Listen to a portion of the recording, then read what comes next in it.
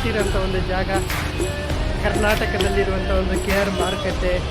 So ಅಲ್ಲಿ ಬಸವನಗುಡಿ ಹತ್ರ ಕಡಲೆಕಾಯಿ ಪರೀಕ್ಷೆ. ಸೊ ಈಗ ನಾವು ಆ ಜಾಗಕ್ಕೆ ವಿಸಿಟ್ ಮಾಡ್ತಾ ಇದ್ದೀವಿ, ಬನ್ನಿ.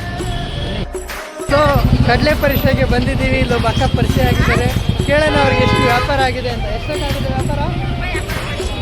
200 ರೂಪಾಯಿ ವ್ಯಾಪಾರ ಮಾಡಿದ್ದಾರೆ. ಸೊ ಅವರು ದುಡ್ಡುಗೋಸ್ಕರ ಮಾಡ್ತಾ ಇಲ್ಲ, ವರ್ಷಕ್ಕೆ ಬರೋ ಒಂದು ಜಾತ್ರೆ. ಸೊ ಅದು ನಿಯಮದ ಪ್ರಕಾರ ಪಾಲನೆ ಮಾಡ್ತಾ ಇದ್ದಾರೆ. ಎಲ್ರಿಗೂ ಖುಷಿ ಆಗೋ ಥರ ಕಡಲೆಕಾಯಿನ ಇಟ್ಟಿದ್ದಾರೆ. ಸೊ ಅವರು ಇವತ್ತಿನ ಜಾತ್ರೆನ ಸಕ್ಸಸ್ಫುಲ್ ಆಗಿ ನಡೆಸೋದಕ್ಕೆ ಒಬ್ಬರಾಗಿ ಕಾರಣ ಆಗಿದ್ದಾರೆ. ಸೊ ಅವ್ರಿಗೆ ಚಿಕ್ಕದಾಗಿ ಥ್ಯಾಂಕ್ ಯು.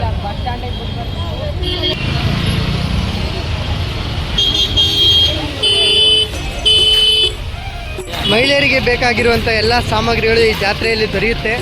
ಸೊ ನೀವು ಬರ್ಬೋದು, ನೀವು ಬಂದು ನಿಮಗೆ ಬೇಕಾಗಿರೋ ಎಲ್ಲ ಡಿಸೈನ್ ನೀವು ಆಯ್ಕೆ ಮಾಡಿ.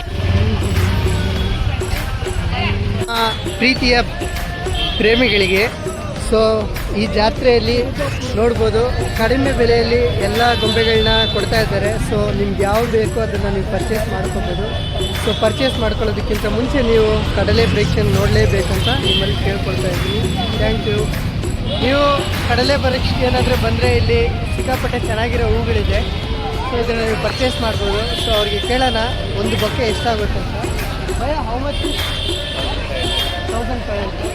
ಒಂದು ಇನ್ಸ್ಟ್ರೂಮೆಂಟ್ನ ಅವರು 1500ಗೆ ಸೇಲ್ ಮಾಡ್ತಾ ಇದ್ದಾರೆ. ಸೊ ನೋಡ್ತಾ ಇರ್ಬೋದು, ಇದು ಈಗ ಕಡಲೆ ಪರೀಕ್ಷೆ ಹತ್ರ ಇದೆ. ಸೊ ಬನ್ನಿ ವಿಸಿಟ್ ಮಾಡಿ.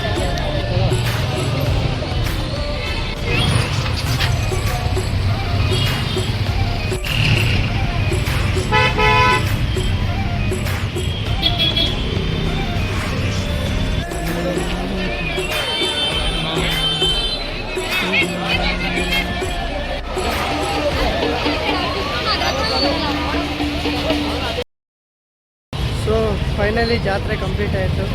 ಸೊ ಜಾತ್ರೆನ ಸರಿಯಾಗಿ ಕ್ರಮದಲ್ಲಿ ನಡೆಸ್ಕೊಡ್ಬೇಕಾದ್ರೆ ಕೆಲವೊಂದು ಪ್ರಾಬ್ಲಮ್ ಆಗುತ್ತೆ. ಸೊ ಅದಕ್ಕೆ ಕಾವಲುಗಾರರು ಇರ್ತಾರೆ.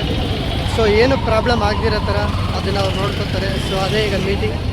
ಸೊ ಫೈನಲಿ ಎಂಡ್ ಮಾಡೋಣ, ಬನ್ನಿ.